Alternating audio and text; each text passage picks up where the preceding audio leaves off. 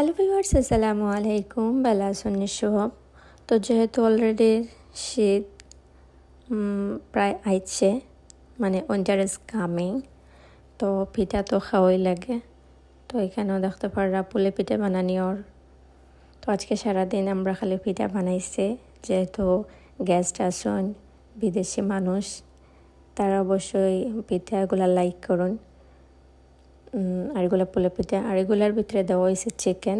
এগুলা চিকেনের পুর দিয়ে বানানো হয়েছে, মানে এক একটা এক এক রকম শেপ দিয়া, এক একটা আমরা এক এক রকম মানে ডিজাইন দেওয়ার চেষ্টা করছি, যাতে একটু সুন্দর লাগে দেখতে। তো দেখো কাম বানানি ওর পিঠা।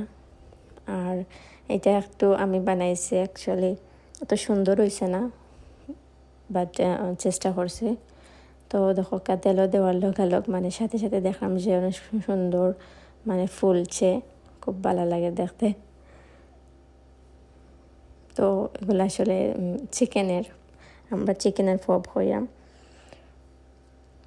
আর এদিকে এটার একটা অন্যরকম শেপ দেওয়া হয়েছে, এটার ভিতরে চিকেন আছে। আমার আম্মাই বানাইছেন একটা।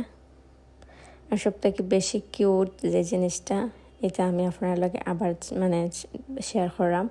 অদহক্কা নারকেলের পুলি পিঠা, ভিতরে গুড় দিয়া ফড়ায়, নারকেলটারে গুড় দিয়া পুর বানাই নিয়ে অনেক বেশি সুন্দর লাগে দেখতে। Thank you.